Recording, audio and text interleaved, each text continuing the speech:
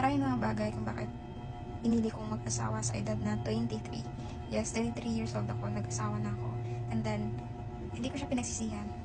Ito yung so far, the best na decision na ginawa ko sa buong buhay ko. Kasi, sa tingin ko naman, tama yung tao na pinili kong pakasalan at the age of 23. So, kung bakit ko siya pinili or bakit ako agad nagpakasal, well, to tell you honestly, hindi pa ako, siya yung unang, siya yung first boyfriend ko at naging asawa ko. O, diba? First boyfriend to asawa agad, truth. Yes, hindi ako nakapag-try o hindi ako nakaranas ng, alam mo yun, yung palipat-lipat mo na ng boyfriend. Kunyari, nag-boyfriend ka ng grade 8, tapos ng grade 9, iba naman yung boyfriend mo, parang ganun. Hindi ako nakaranas ng ganun, hindi ko nga alam kung ano kaya feeling nun. Iba yung boyfriend mo sa grade 8, iba yung boyfriend mo sa grade 9 hanggang grade 10. Tapos meron pang college yan, 4 years pa, so may 4 ka na doon, every year meron. Pero, never ko siyang naranasan kasi nung nag-aral pa ako ng high school, sinasabi ko talaga sa sarili ko na hanggat hindi ako mag-18, hindi ako mag-boyfriend. Tapos ayun, nag-18 na ako. Sabi ko, hindi naman pala need na magka-boyfriend ka agad kasi okay lang naman siya, pero parang wala pa sa isip ko yun. Parang focus muna ako sa study. Tapos nung nag-grade, first year college ako hanggang nag-second year.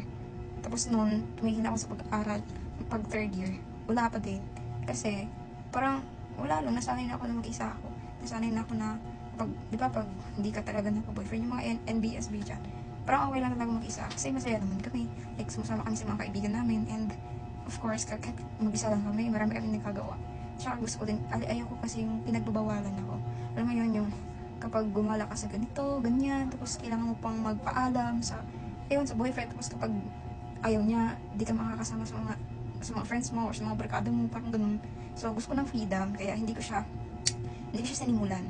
Tapos noon, hindi ko inakala na may magpo-propose, like sa edad na 23. Pero sa mga time yun is nag-work na ako. Like, nakapunta na ako ng Manila, ganun, tapos pumunta na akong Cebu. Mga ganung bagay.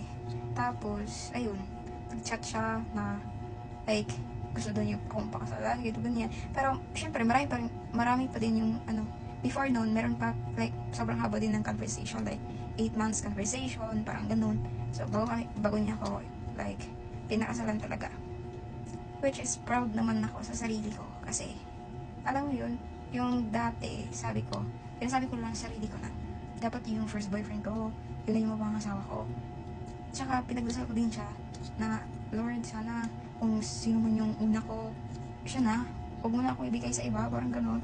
Huwag mo na yung, parang, iniwan ka, or ikaw ba yung naiwan, kasi, hindi kayo nagkakaintindihan, tapos, iba na naman, next month, or next school year, iba na naman, parang ganun. Ayaw ko siyang, parang, hindi para sa akin yung mga ganun. Gusto ko kasi yung, alam mo yun, yung for real na talaga, like, date to marry thing. Kaya ayun, sobrang thankful naman ako kasi natupad nga siya. And then, hanggang ngayon, hindi talaga ako nagsisi na, like, nagawa ko talaga siya. Yung from NBSB, tapos naging engaged at nagpakasal. Like, totoo pala talaga siya. Mangyayari pala talaga siya kapag minamanifest mo. Tsaka, maghintay ka lang talaga sa kung ano yung feeling mo na right time. Kasi sa akin, pinagdasal ko din siya. Kasi nung 18 ako, marami din namang nagpaparamdam, like, you're 18 years old, you should, like, date, stuff like that. Pero sa akin, like, very, tawag nun, like, ko talagang sinasa ulo yung kung ano yung gusto ko sa buhay. Like, kung mag-date ako ng 18, posible na baka kung ano yung mangyari is maghihiwalay din kami. Tapos, ayaw ko nung yung pakiramdam na nahalikan ka na, nahawakan ka na, tapos mag-break kayo, tapos iba na naman yung gagawa nun sa'yo. Parang di ko siya naisip, parang di ko pa siya naisip talaga. Parang, oh my God, ayaw ko na ganun. Gusto ko ilang lalaki na po. Sakto. Ganyan talaga yung sabi ko sa sarili ko. Tapos ayun, natupad siya. Thankful naman ako at hindi ko talaga siya pinagsisihan.